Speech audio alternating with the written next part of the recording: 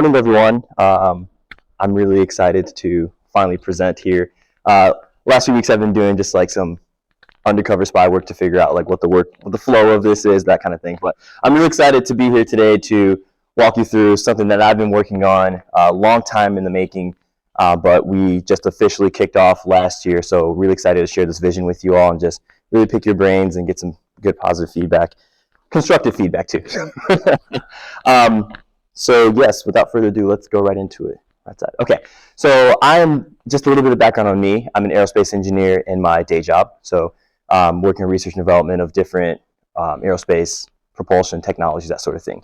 And in that realm, it is a very white male dominated environment, and specifically people from just certain schools. There's like 6 schools we hire from, which makes no sense, right? Like if you're talking about DEI, it's not just race, it's not just socioeconomic background. It's also where you're actually instructed and where you can understand, where you go to school to understand different topics, right? So we are Makerspace Central. We are Columbus, Ohio education and job skill training facility that seeks to plug the gaps between the K through 12 education sector, the industry, and local community sectors. And we'll talk about the interplay between all these different areas in just a moment. So what's the problem? Well, these 3 different pillars are facing 3 various unique challenges, right? So number 1, on the education side, children begin to categorize themselves as being good or not good at something at a very young age. This typically happens around 4th, 5th, 6th grade. And that is an area that it's very critical that we get in and say, hey, you are actually good, or you could be good at this, right? You need to just expose yourself to different kinds of concepts, maybe a different style of learning, and you're able to overcome that to become someone who is in the STEM field at a later age. On top of that, you have underfunded schools. I think we're all very well familiar with just the struggles of the property taxes, funding schools, type of pipeline issue that we all see around us. On top of that, we have post-secondary education opportunities, whether it's 4-year colleges, 2-year colleges, technical vocational schools. They tend to be very expensive and they can fail to meet the skill gaps that industry is meeting or industry is facing, right? On the local industry side, you have recruitment that does not target demographics from all backgrounds, and I spoke to that on my earlier slide. Employers kind of lack the pulse right now on the education sector of knowing exactly what curriculum is being taught to younger students to allow them to actually then develop and grow into filling that role that they will eventually have at some point in the future. And for local community, we do have local makerspaces, and I'll get into what a makerspace is on the next slide, so hold that question if you're thinking that. But the local makerspaces we have are facilities where people can express themselves creatively and try to intuit solutions and build products.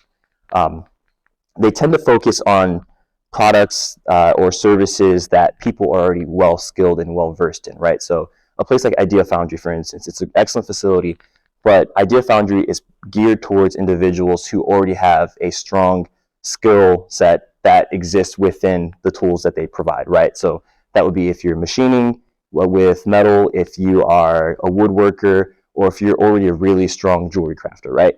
That's great, but then what about folks who are in that K through 12 demographic, specifically students of color and female students who don't have an understanding of how to even use those tools, right? They just want to get the fundamentals and maybe then grow up and get to a point where they can actually use that and build or make whatever they want to. So Central Ohio, why are we here, right? So I think everyone's well aware that the Midwest is going through a significant boom, right? Or boom in interest due to Intel, Amazon Web Services, other tech giants that are coming to the area just to kind of establish roots and just take advantage of the different resources we have here. But not just that, we also have local companies that are heavily involved in the STEM career fields at large, right? Not sure if many of you are familiar, but Ohio has a very, very large industrial tech base when it comes to the development and production of electric vehicles. And not many people know that, but that's something super fascinating. And that is something that's going to take off, and it already has in a certain sense, but we just expect that pace to pick up a bit more than it is now. On top of that, we want to just make sure that we prime the community and prime the area to be in a position where we can provide talent that is first off interested in STEM, right, but is also technically minded, where they can understand concepts of the new job skills that are going to be popping up and cropping up over the next few years. And above all of this, we really just want to ignite a passion for STEM into youth, right? Target that 4th, 5th, 6th grade age range, and make sure that kids understand, oh, you like watching Iron Man, you like watching Captain America, all this stuff you can do, right? Because once upon a time, it was just a dream in some comic book writer's head, right? And some of that technology exists now. Star Trek is a great example of that, right? Okay, so what's a makerspace? That's kind of it's in the name, right? So a makerspace, simply put, is just a facility that provides the tools and resources for someone who wants to make or produce something, the environment to do so, right? So this space can provide the workshops, classes. You can just be in there with other people who are interested in this, and you just learn in a more organic, symbiotic type of manner. So that's all it is, and that's what we want to get towards, right? But in order to get to this point where we provide this facility space that's well equipped with resources and the personnel to actually hit on the mission and vision of Makerspace Central, it's important that we take a phased approach in just acquiring funds and offering workshops to students who are interested in STEM.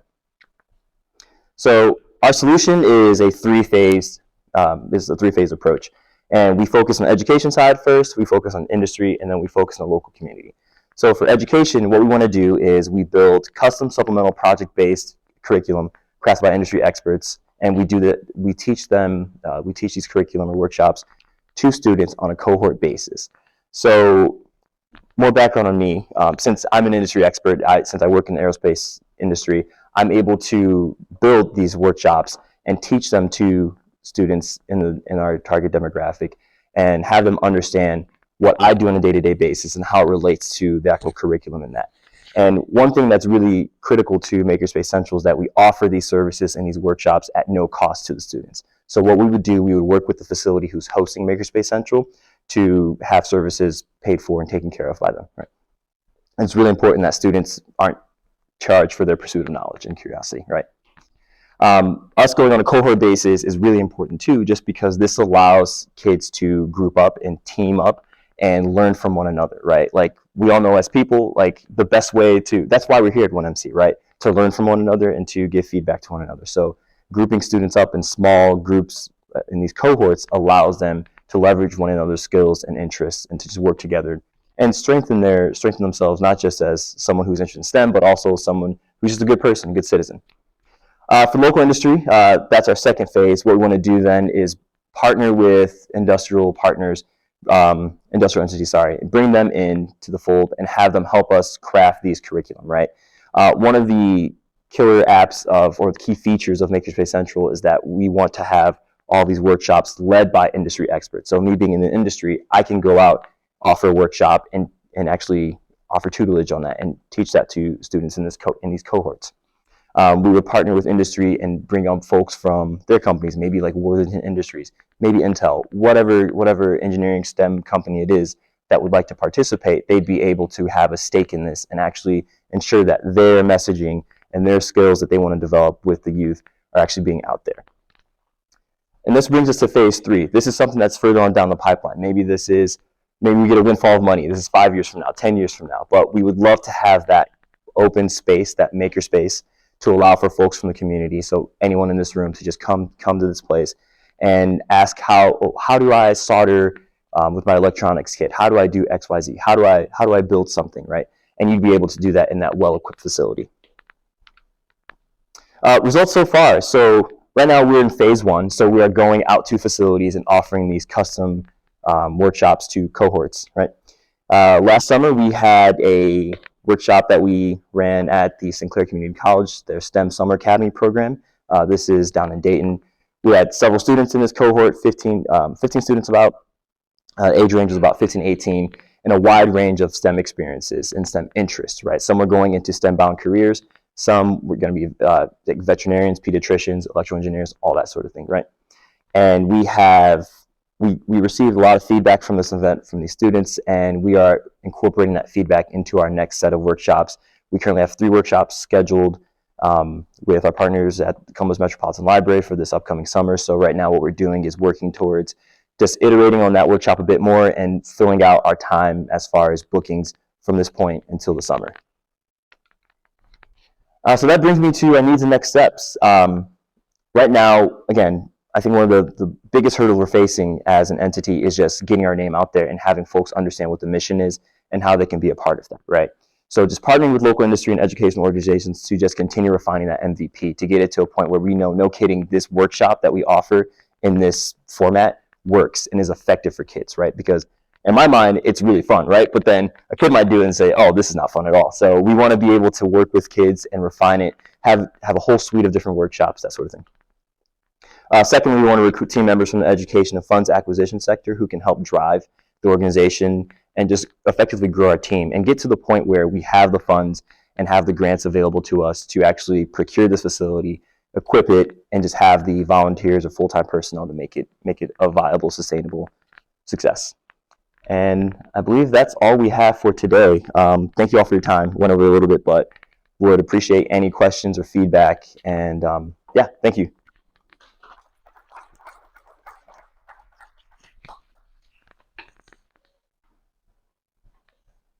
Yes, feel free. So for the funding, as of right now, do you have any needs on that? What's the strategy there? In terms of like what direction you're going? Yeah, that's a good question. So right now, what we're doing, we're charging a fee for the workshops we're currently offering. So there was a fee charged for the workshop in June. We have income coming or revenue coming in from the workshops that we're offering at the Columbus Metropolitan Library for this summer.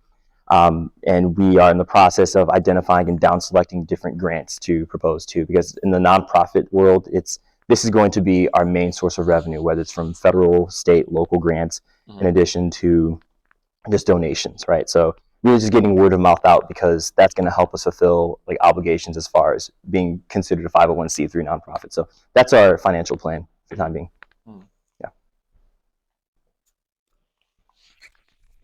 So I'd like to say that I really like that concept, and as somebody in tech, we definitely need to get more diversity, even at the very entry level, right? So I have two young children, girls myself, and when it comes to keeping them involved and trying to understand what part of tech they need to be in, but understand that really it's on them. They have to choose, right? So I have to expose them to a number of things and see what they gravitate toward.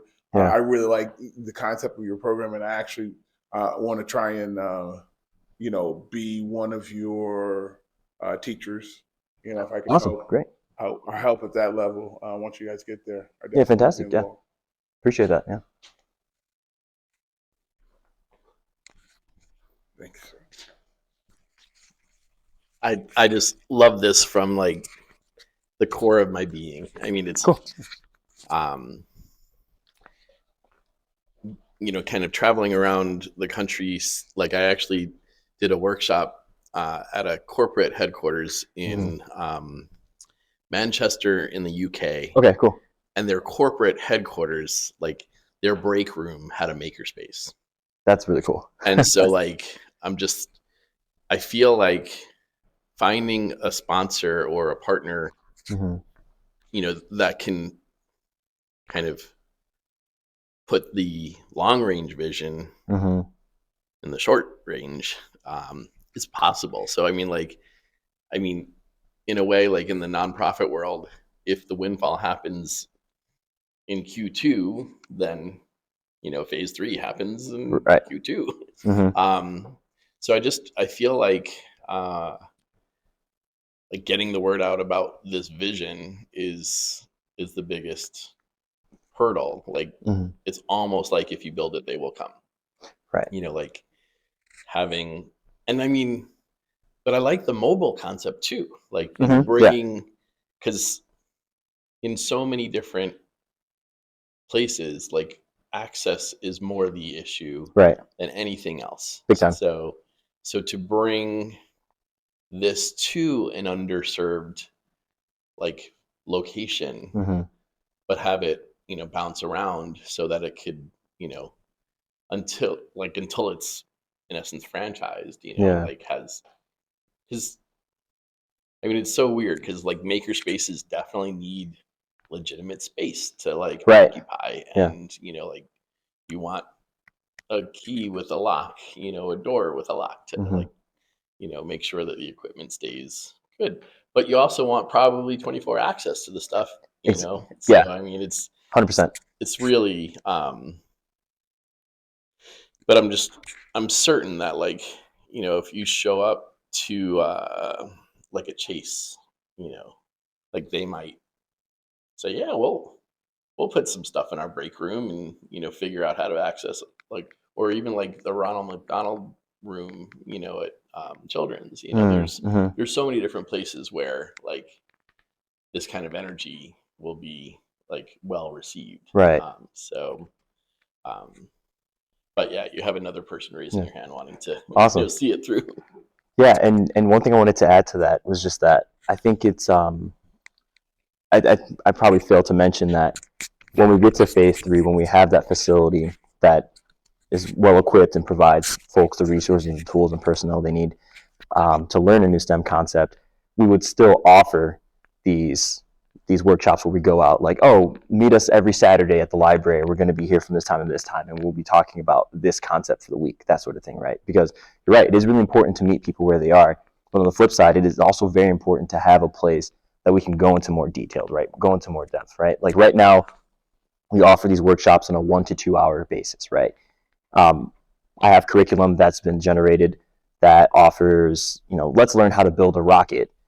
Since that's my background, let's learn how to build a rocket and use a 3D printer and let's use balloons. Let's use like all kinds of materials and walk you through the process. I call it the itty bitty process, which is the identify, iterate, design, build, tests, and you know, going through that whole process loop and teaching the students that in a way that feels more like holistic and I think allows time for the concepts to kind of cement in their head. So yeah, no, I agree 100%. That's being able to meet people where they are, I think addresses the access issue on the flip side of the coin. So yeah, thanks. I'm gonna quick fire 3 things that have been in my head now since everybody's also been talking, and that's making more ideas happen in my head. One, to address the issue of that we talked about beforehand too, of just making sure that people know about it to begin with. Just encouraging you to be firm in those relationships with like the Columbus library downtown and working with their marketing department to make sure that they're putting out information about it using their own channels, using their own marketing, because they have a very large audience. Yeah. And always tapping into those very strategic relationships, seeing if they'll put out a press release about it as well. Okay. Just kind of leaning on their resources and anybody that you partner with this year, leaning on their resources while you build up your own audience and you build up your own, group of followers. So that's one. 2 is thinking about sustainable income and ways to create a revenue stream that requires a little effort, but maybe not too much effort on your part. And thinking about maybe a membership program for the amateur person at home, like the adult that likes to work with 3D printing, the adult that likes to tinker in their garage, that might not be in the industry, but is very passionate about the home making aspect of it. Sure. Yeah. Maybe it's a membership that includes special like a 3D set, right? Like a plan, a blueprint that they can use on their own machines at home. That's like specially designed by one of your instructors. Yeah. And so, through like maybe a monthly membership, they get a new blueprint every month that they can, make something at home with. Or it could just be like, oh, purchase from us this 3D blueprint. So that way you're generating some passive revenue while you're still also trying to book more sessions. And then the third, which was actually thanks to Eric kind of saying mobile, makes me think of a phase 2.5, phase 3 physical location. What if a phase 2.5 is a mobile location in the sense that literally a mobile bus, like the ability to outfit a vehicle that then you can drive all around the state and have 1 or 2 classes that you can teach out of that bus, right? You have the equipment in there to take kids to a park and create the rockets and shoot them off, right? Like if that can exist all in a mobile van or a mobile like outfitted bus that people could walk into, use the equipment, that could really open up a lot of opportunities for you to get in front of more people, make it super mobile, make it super accessible to all sorts of communities. And then like you're already on the grants route, so I'm sure that that there's a lot of opportunities there to fund. Yeah, that's all excellent. Yeah, I didn't think of mobile. I guess phase 2.5 being that mobile, meeting people where they are on wheels, right? Not just going there. But that's cool. I like that. Hey, Morning, Mark. good to see you again. Likewise. So I have a few things as well, but like one of the things that stands out the most in my head is I don't know a lot about STEM. I do know, or at least I've seen, where there's for-profit STEM spaces popping up, franchise type like spaces. Yeah, yeah. And I wanted to ask you, how, as an organization, do you juxtapose your nonprofit against those entities that do similar same, so from a competitive standpoint? Sure. And then I had just a couple of other thoughts and to compensation. One thing that I've seen with nonprofits over the years is that great ideas, great concepts, great missions, all of that, but if the executive director, the founder is not compensated, it is not sustainable. Right. And so making sure that inside of this opportunity to make this difference, that you're figuring out between you and your board how to duly compensate. There'll be some time where you're not taking compensation and get all of that. Of course, sure. But that can't be for a long time. Right. All Yeah. right. Yeah. It creates problems. Yeah. I have kids. Yeah, at home and abroad. And I think I was mentioning to someone else last week, make sure that you and your team already devise. I think it's a good practice to know what you think your annual budget is going to be. Right. Given your programmatic efforts and what kind of impact you think you're trying to have over the course of 1 to 3 years. Right. Right. And let's see. Oh, and lastly, if you're working with kids or young people, youth that are marginalized, many times, these are great opportunities. They got a lot of things going on in their lives. Some of them have financial pressures at home. So it's terrific, obviously, that this learning opportunity is not something they have to be to pay for. Think about the potential of helping these young people begin to position themselves for employment vis-a-vis coming up with ways that they can actually generate revenue from the skills that they're gaining.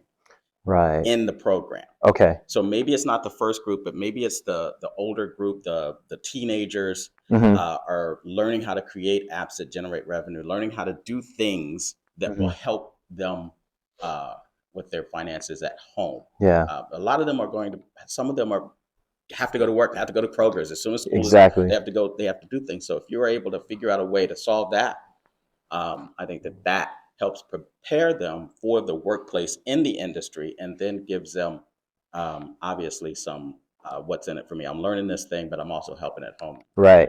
Yeah. It's really good points. Yeah.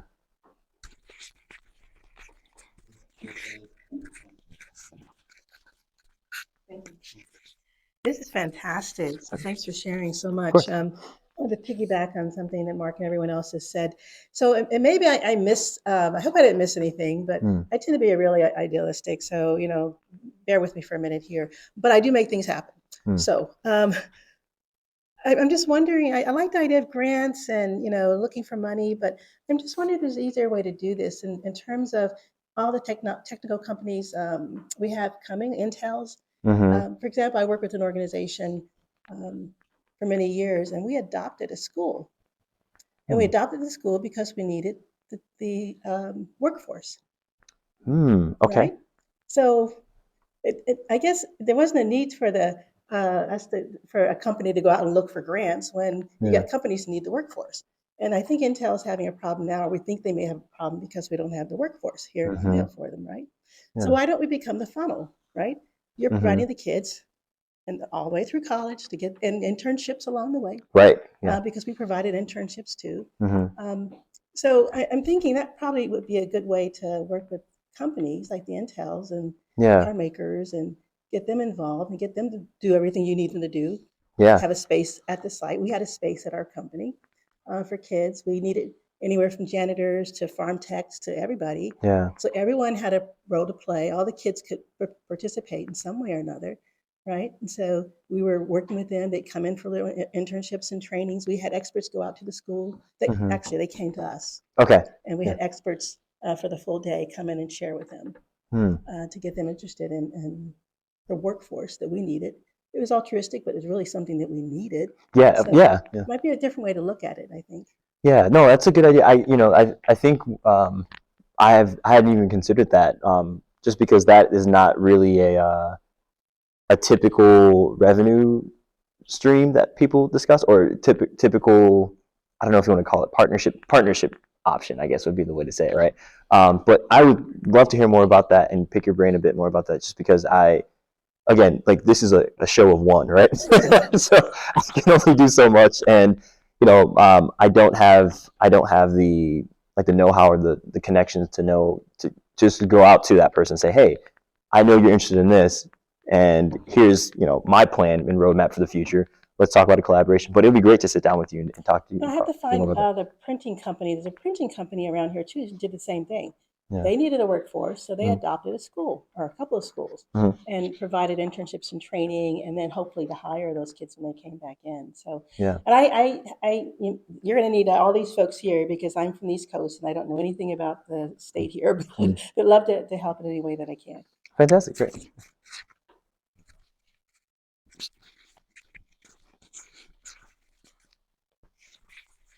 So I love the organic, idea Mm-hmm. kind of generation or genesis process that's happening. Because I feel like the energy in the room says like this is like it's going to be a 0 or a 1, and it's going to be a 1, right? Mhm. Like there's a need, you've identified it.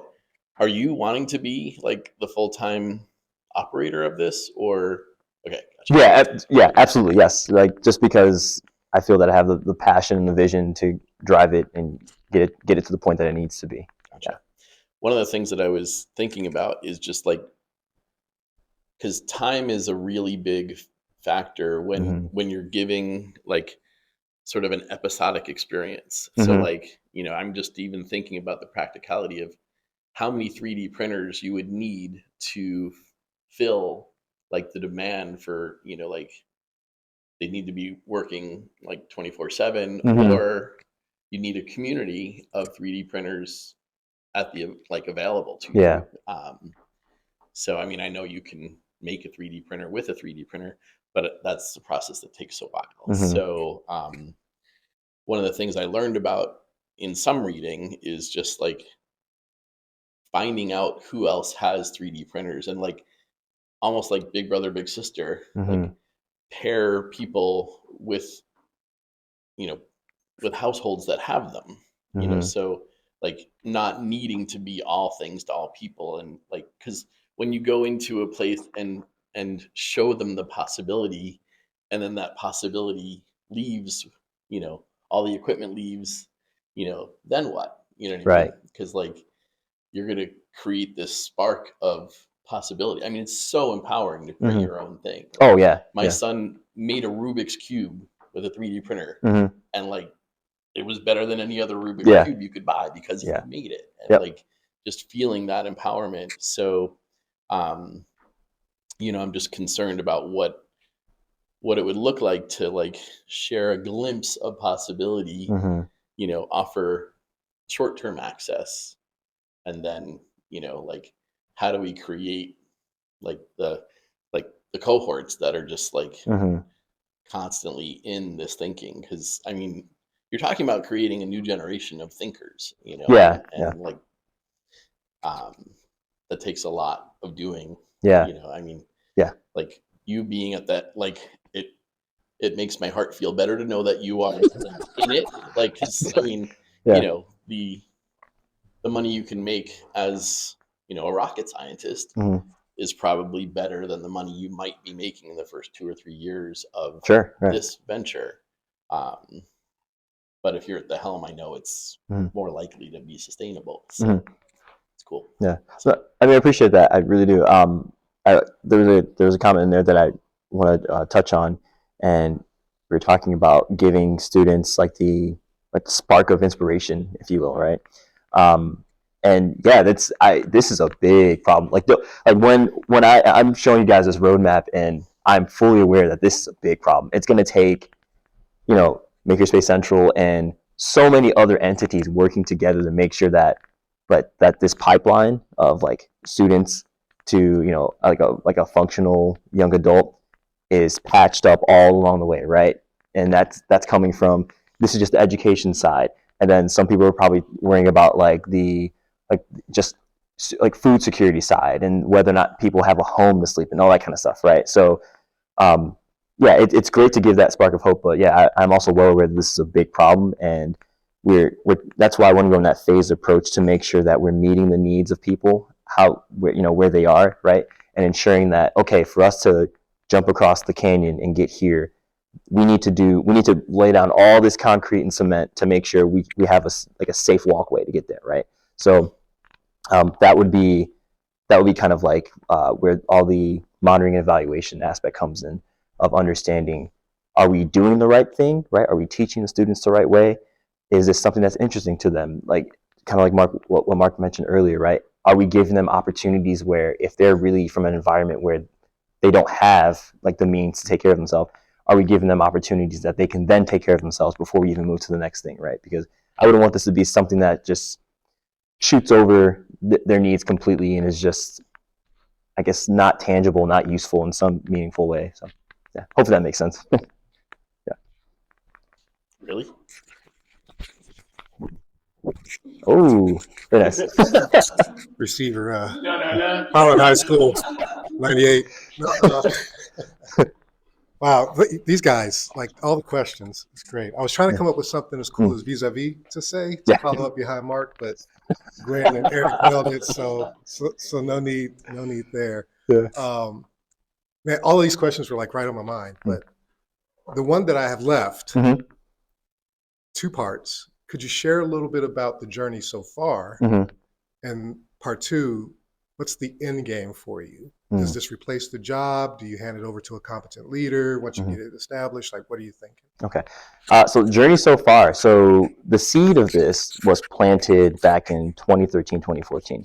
And this is when the hackerspace, makerspace craze was kind of getting, there was like a buzz around it, right? You look at kind of like the Silicon Valley area, there are a lot of hacker spaces out there. And I guess they changed the name to Makerspace because maybe it's more palatable. People associate hacker with bad things. So, a friend and I, he's actually serving on the board now. He's giving good advice on what he thinks like a makerspace could be, and we kind of work it out. But we had developed an idea of like what that could look like, right? And me living out I was in California prior to this, working out at government research and development facility, and I had always had like the desire to do this because I was going out to schools and I was going out to community talks, like talking to students, and I was just like, man, it's great that I'm talking to students and engaging with them. And yeah, let's talk to a rocket scientist for 30, 40 minutes. But then, just like you said, that spark of hope, like I'm there and then I just disappear, right? And then I may never see those kids again, right? And I don't know if like what I said had any kind of meaningful impact, long-lasting impact in their life, right? And so I coupled that with my experience in grad school where I was working on small teams, and you have to wear all kinds of hats on a team of 3 or 4, right? Like CEO, CTO, marketing, brand, everything when you're working on those kind of programs, right, and projects. So that kind of like environment where I was in a cohort working on a project really accelerated like an insane level of growth within me, right, and within my team too. And we were able to produce a better product by the end of that, right? I was actually just talking to Mark about this last week, but I kind of liken the idea of like a makerspace similar to like a sandbox, right? And if we take the project-based cohort learning approach, right, and use the sandbox analogy, it's like I have recess for grade school kids, right? They're playing in the sandbox. If I tell them, oh, you have all day to play around, they're just going to do whatever, right? They're not even going to play in the sandbox. They're going to swing on swings, run down the slide, that kind of thing. But if I say you have 40 minutes, then they're going to play in the sandbox and they're going to make some really cool sandcastles and do really cool things in innovative ways that they haven't been able to do previously, right? So a lot of that has kind of been like the fire and passion driving this, right? Using a makerspace in a way that is a way to educate kids about just STEM and just really cool concepts in ways that aren't done right now, whether it's through traditional schooling, right? Because it has all of its faults. Now that's the journey side. The second part of the question about the end game is that I see this as an initiative in the sense that it's an organization first and foremost, like a nonprofit organization where we're going to build up to a point of sustainability. But once we the board and the organization feels that we've hit the point where we have actually made significant inroads and we've gone over the peak in the curve, maybe you start to wind things down as far as what the vision of the organization is doing, right? Or maybe it needs to be reevaluated, right? Like, are we actually doing the thing that we set out to do originally, right? Effectively, in short, what I'm trying to say is that as long as the nonprofit's mission exists and there's meaningful impact to make towards that, Makerspace Central will exist, right? But if it doesn't need to exist past that, then it would be time to think about, okay, what's the best way to move forward with this kind of initiative, right? Is this like a pillar of thinking that schools now regularly use and then this is made redundant? Maybe that would be a question to ask maybe 10, 15 years down the road from wherever this is. But as far as myself and how I would be involved with this, I definitely see myself in the role where I'm the director here and driving the vision, getting it to a good place, and just building a team around me, and just having organizational structure that can weather the storm or just accept the windfall of money and go out and go forth and do what we need to do. So that's my answer. Yeah.